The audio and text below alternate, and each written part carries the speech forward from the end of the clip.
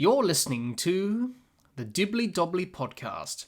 Remember to like, share, comment, subscribe, and click the bell to make sure you get the latest episodes of the podcast. Be sure to like and share our Facebook page and follow us on Twitter and on Instagram. Hi everyone, and welcome back to another episode of Cricket Roundup. And on this week's episode of Cricket Roundup, we're going to be talking about the Commonwealth Games, women's cricket. We're going to be talking about cricket potentially in the 2028 Olympics. We're going to be talking about the Asia Cup for 2022, England's Test squad versus South Africa, England versus South Africa T20I Series, West Indies versus India T20I Series, and the upcoming Pakistan and England T20 International Series. That's what we're going to be talking about on today's episode of Cricket Roundup. Let's get started. Let's talk about the Commonwealth Games, and let's talk about women's cricket and the women's cricket competition in the Commonwealth Games for 2022. Now, the competition has just concluded the group stage, and we're now entering the semi-finals. Let's have a look at the group standings after the group stage has concluded. And we have a look here in Group A. Australia finished on top of the group in Group A. They won 3 games from 3. India finished in second in Group A. Barbados finished in third place, and Pakistan didn't win any games in Group A. They finished in fourth place. We have a look at Group B and the standings for Group B. England, just like Australia in Group A, won all 3 matches and finished on top of the group. New Zealand finished in second place, South Africa in third place, and Sri Lanka, just like Pakistan, didn't win a game at all in these Commonwealth Games. They finished in fourth place in Group B. So that's the group standings after the group stage has concluded in this women's cricket competition at the Commonwealth Games. The top 2 teams from each group qualify for the semi-finals, and the semi-finalists have been confirmed. Australia, India, England, New Zealand have qualified. And let's have a look at the semi-finalists and talk about who's going to win these semi-finals and who's going to go through to the gold medal match, who's probably going to go through to the bronze medal match. So in semi-final number 1, you have England and India. That's going to be an interesting match. England are in good form. They won 3 games from 3 in this Commonwealth Games competition thus far. They're probably the team to beat, along with Australia as well. India will have to play very well. It's not going to be easy for them coming up against England, who are in good touch. But as we know in T20 cricket and also in semi-finals of World Cups or even Commonwealth Games in this instance, anything can happen on the day. You never know. England may have a shocker. They may lose and India go through to the gold medal match. You just don't know what's going to happen. But based on current form, India were a bit scratchy in the group stage. Obviously, they should have won their first game against Australia. They let that opportunity slip, which they should have really won that game in the end, but they didn't. So for India, they have to play well if they are going to beat England in this semi-final to go through to the gold medal match, which is the ultimate goal for all the teams in these semi-finals. So I think England to win semi-final number 1. Let's talk about semi-final number 2, and that's Australia versus New Zealand. Australia, despite them winning 3 from 3, it hasn't been plain sailing for Australia. They've been tested, they've been challenged. Whenever they've been tested or challenged, especially in that first game against India, they always found a way to come back and win the match. A lot of players stood up, performed very well, and they are the team to beat. They are the favourites, and whenever you're the favourite to win a World Cup or a Commonwealth Games gold medal, like Australia are, that pressure does mount on you. But I think this team are handling the pressure quite well. They know what they're doing. They've been in this situation before in many 50-over World Cups and T20 World Cups over the years. They know how to go about things and deal with that external pressure and also internal pressure as well, because it's not easy dealing with the pressure in big tournaments such as this in the Commonwealth Games. I think everyone expects that Australia will win against New Zealand in semi-final number 2. New Zealand have been a bit scratchy, just like India in the group stage. They won 2 games and they lost 1. The last game that they played in the group stage in Group B was against England, and they didn't bat well. They batted first in that match and made 9 for 71 from their 20 overs, which isn't good enough. Obviously, they rely heavily on Sophie Devine and Susie Bates. Once you get those two out, then their batting looks a bit thin. There's not much firepower there. So for Australia, they'll be hoping, right, okay, if we can get rid of Bates and Devine, they're the two dangerous batters that we need to get out here. Once we get them out, then the rest of the batting unit looks a bit thin in terms of power hitting, in terms of, that ability to be able to score runs quickly. So for Australia, you think they're probably favourites to go through and win semi-final number 2. So it could be Australia-England playing that gold medal match. That's probably the likely outcome. And then India and New Zealand face off for the bronze medal match. But what I will say is it's been a fascinating tournament. I've loved every minute of it. We've seen some great cricket throughout the competition.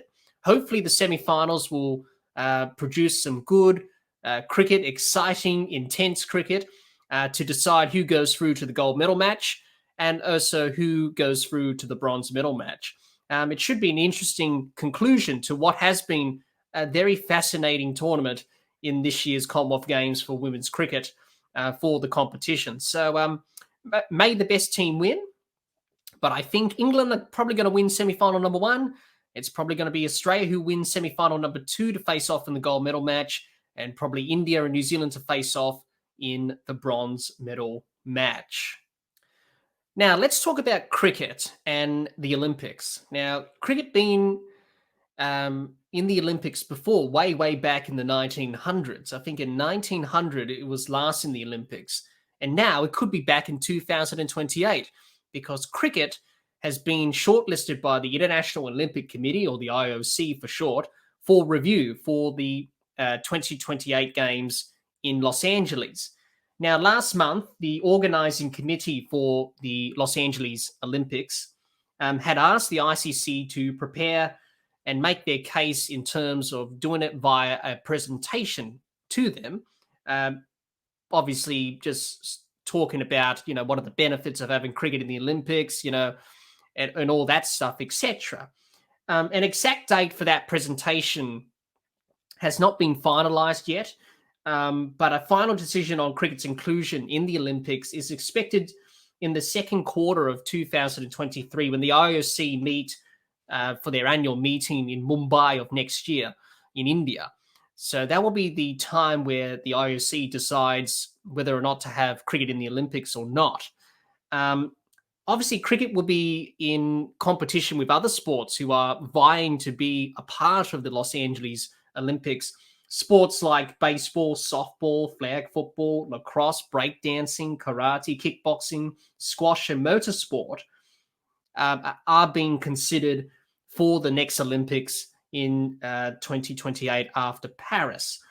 The ICC has said it's in a good position, they say. They're optimistic, but they do realize that the final decision does come down to the organizing committee for the LA Games at the end of the day. They will make the final decision whether or not cricket should be in the Olympics or not. And we've always had this debate for many, many years. Should cricket be in the Olympics? It was last in the Olympics in 1900 in Paris. So it will be a long time between drinks that cricket will be in the Olympics. But they're optimistic as well, the ICC. The reason they're optimistic and positive is because of what's happening in the Commonwealth Games, as we talked about earlier in this Cricket Roundup, about women's cricket being in the Commonwealth Games for the first time ever, and also cricket being back at the Commonwealth Games for the first time in 24 years since 1998, when the men played one-day cricket in Kuala Lumpur in Malaysia, when those games were held in Malaysia. They're pretty confident that by having cricket in the Commonwealth Games, women's cricket for this edition, hopefully the men's competition will feature in the 2026 Games in Victoria. They are showing the IOC, I should say, that, this is what we can do with cricket in the Olympics in a T20 sort of format. The T20 format will work well. It's fast, it's quick, as we all know T20 cricket can be. it will be the format that is preferred to be in the Olympics. Number one, you have to be within the time frame of the Olympics. It's got to be quick. It's got to be fast. So it may be sort of like a style T20 World Cup sort of style if it does go in the Olympics sort of format, where you have two groups and then whoever qualifies in the top half of the group plays in the semifinals and then you have the final. But it'll be quite interesting in the Olympics whether or not the ICC have a qualifier sort of tournament style where we have for World Cups and T20 World Cups, because there's quite a lot of countries now that are a part of the ICC, I should say, around about 100 and so members now. So it'd be interesting to see what they do there in terms of how they style the tournament, in terms of qualification, in terms of how it will work.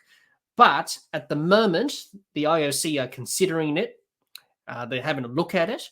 It'd be interesting to see if it does feature in Los Angeles in 2028. So let's wait and see what happens. But the ICC feel like they're in a good position. They feel optimistic. They feel positive about cricket in the Olympics in 2028. I think it will do wonders for the sport.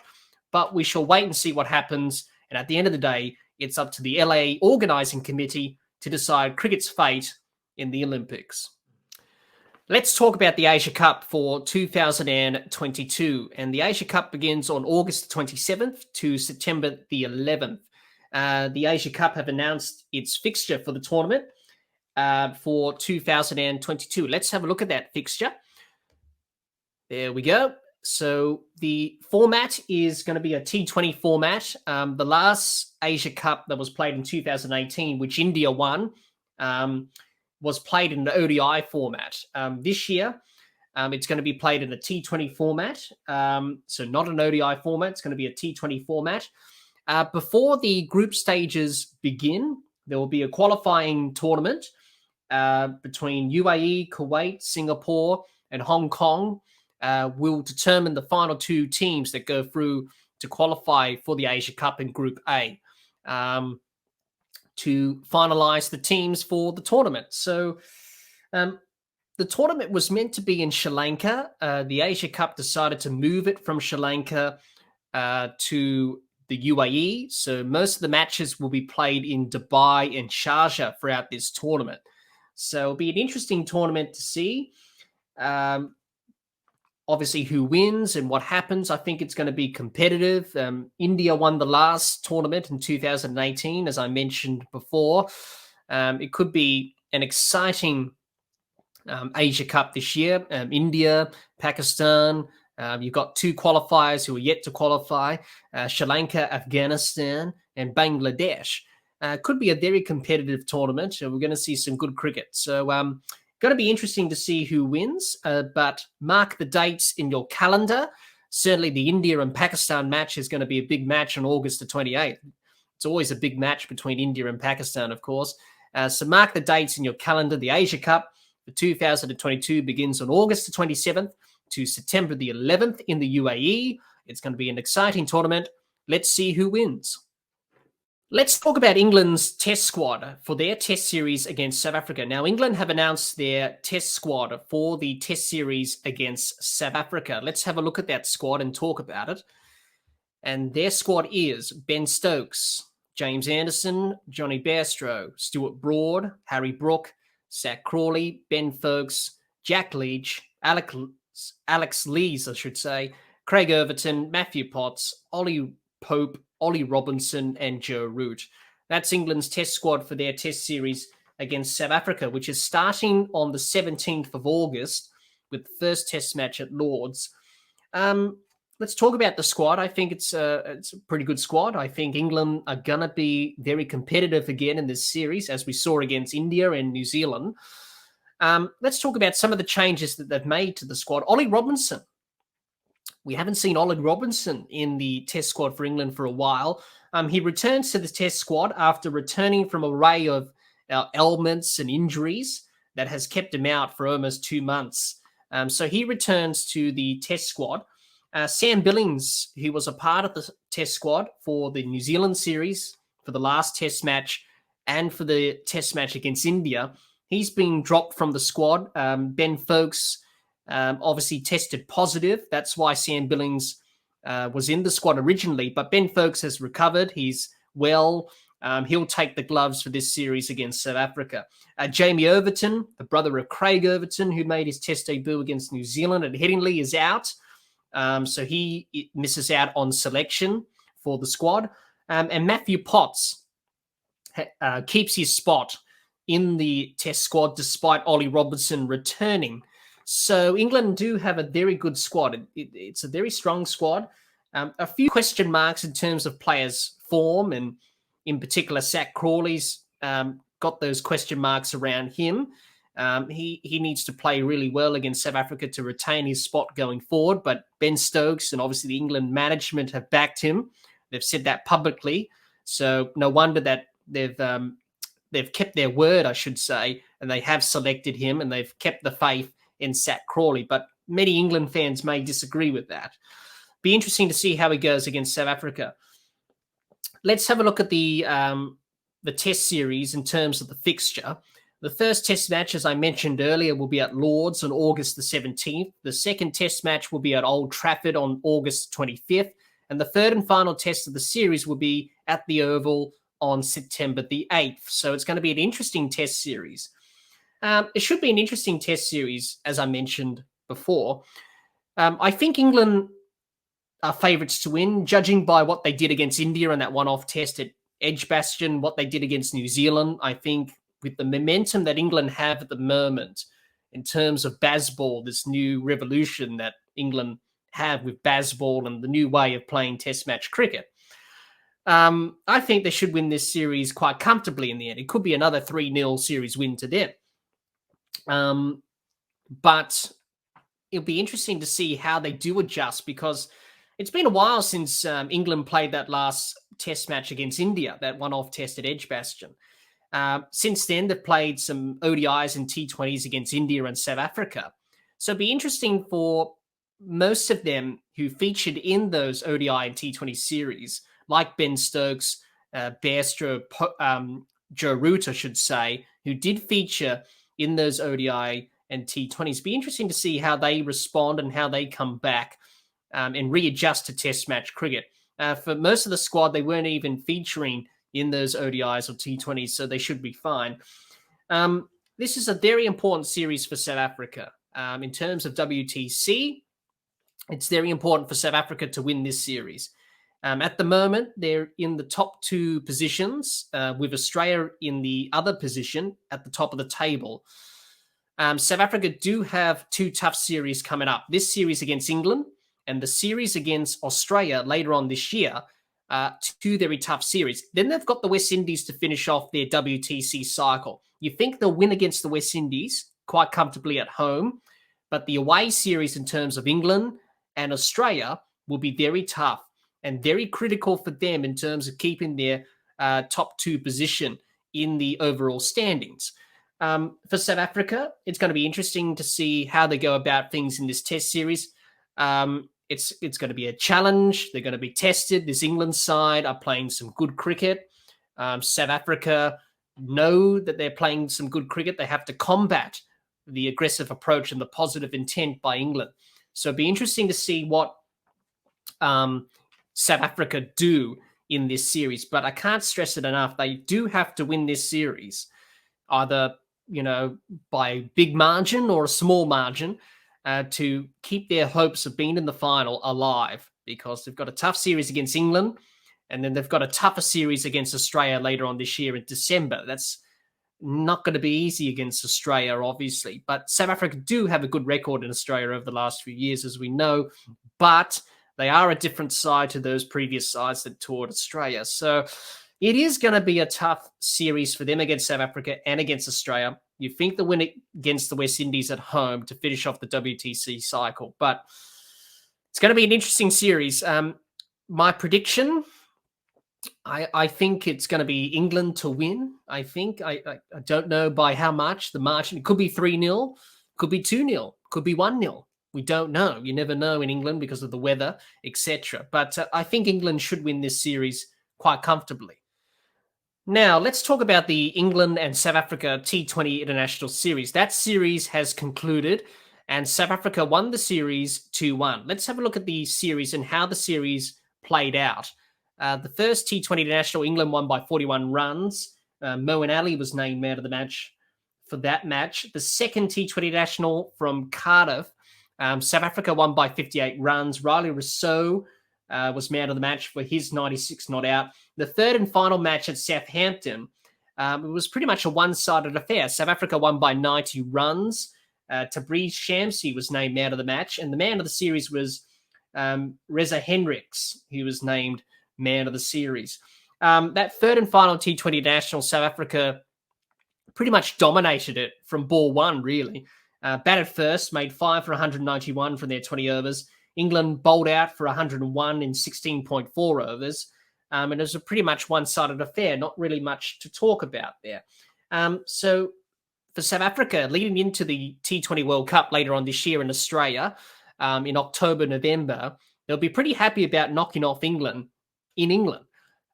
It was a very good win. They played really good cricket.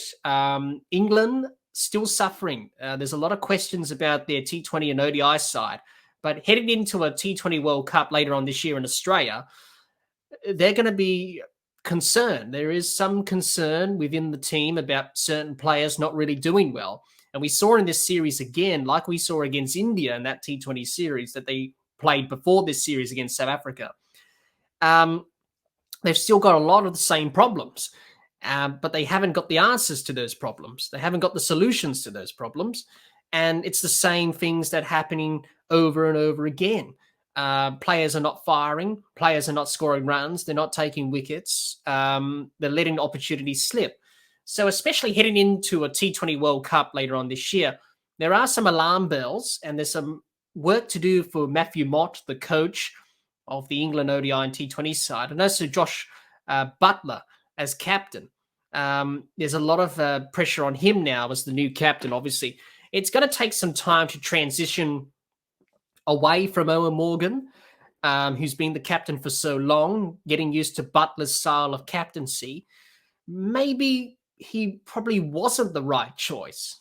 You know, you don't want to overburden him. Being the keeper, being the captain, it's going to take a lot of energy and a lot of resources for him to fulfill his role as captain. And especially doing that in the ODI side as well, it's probably a bit too much. But it's early days. We can't really judge until we see what happens in the T20 World Cup, and then we have to make that judgment. But yeah, it was a disappointing series from England, but a very good series from South Africa. Let's talk about the West Indies and India T20 International Series, and that series is currently happening as we speak. Let's have a look at the results of the series thus far. In the first T20 International, India won by 68 runs, and Dinesh Karthik was named man of the match. The second T20 International, the West Indies fought back and won by 5 wickets, and O.B. McCoy was named man of the match. He took 6 for 17 in that match. An impressive spell of bowling there from McCoy. And in the third T20 International, India won by 7 wickets to lead the series 2-1 as we speak. Suryakumar Yadav was named man of the match for his 76. So a very interesting series. India lead 2-1 at the moment. It's the best of 5 T20 Internationals between the West Indies and India. Let's have a look at the last 2 remaining matches of the series. And both of them will be played in Florida, in the USA, in Lauderhill. On August the 6th will be the 4th T20 International, and August the 7th will be the 5th and final T20 International. Both of these matches, as I mentioned before, will be played in the USA and Florida at Lauderhill. So the series is still up for grabs. Can the West Indies bounce back and make it 2-2 and have an interesting deciding 5th and final T20 International of the series, or will India win the series and win another series in the Caribbean? So it's going to be an interesting finish to the T20 International Series. It's 2-1 at the moment in favour of India, but all that could change. Could the West Indies fight back? We have to wait and see. But it's sure to be an interesting finish to the T20 series between the West Indies and India. Now, to finish up this cricket roundup for this week, let's talk about the upcoming T20 International Series between Pakistan and England. Now, the PCB, the Pakistan Cricket Board, have announced the fixture of the 7-match T20 International Series between Pakistan and England. Now, the series will run from September the 20th to October the 2nd of this year. And let's have a look at that fixture of the 7-match T20 series between Pakistan and England. And the first 4 games of the series will be all played in Karachi, and the last 3 will be played at Lahore. Obviously, the last game is scheduled on October the 2nd before England travel to Australia for the Men's T20 World Cup. They are scheduled to return to Pakistan for a series of 3 test matches in December, their first test series in Pakistan since the 2005-06 tour. So, in preparation for the T20 World Cup, 7 T20 internationals. It's a bit of a rarity these days. You don't see 7 T20 internationals all that often. But seeing that this is a World Cup year in terms of the T20 World Cup in Australia, it's good preparation for Pakistan and England in terms of going into that T20 World Cup, looking to be prepared and looking to be on it from ball one once they hit the ground running in Australia. For Pakistan, they'll be looking to try and do well in this series, whereas England are struggling at the moment, and they're not playing so well at the moment in terms of their T20 side. So it'll be a very important series for both countries, but more important for England to do well, because given their run of form at the moment in the T20 format, they are struggling a bit. And this series would be all important for them going forward to the T20 World Cup in Australia in October, November. So once again, the schedule, the PCB announced 7 T20 internationals. The first 4 matches will be played in Karachi, as I mentioned earlier, and the last 3 will be played at Lahore. So it's going to be an interesting series, September the 20th to October the 2nd, a very significant series because England are returning to Pakistan for the first time since 2005-06. And obviously, as I mentioned before, they will return after the T20 World Cup in December to play 3 test matches in Pakistan, their first test series in the country since 2005-06. So it's going to be an interesting tour overall. So it's going to be an interesting T20 series. So mark the dates in your calendar. September the 20th to October the 2nd will be the Pakistan and England T20 International Series. That's our recap of all the cricketing news that's happened in the cricketing world. Let us know in the comments down below. We would love to hear what you have to say on the Commonwealth Games for 2022 women's cricket competition, cricket being shortlisted by the IOC for review for the 2028 Olympics in Los Angeles, Asia Cup for 2022, England's Test squad versus South Africa, England versus South Africa T20 Series, West Indies versus India T20 Series, and the upcoming Pakistan and England T20 International Series. We would love to hear what you have to say in the comments. Be sure to subscribe and click the bell to get the latest episodes of the podcast, and like and share our Facebook page and follow us on Twitter and on Instagram. The podcast is now available on Anchor, Spotify, and on Apple Podcasts. Until next time, keep safe and bye for now.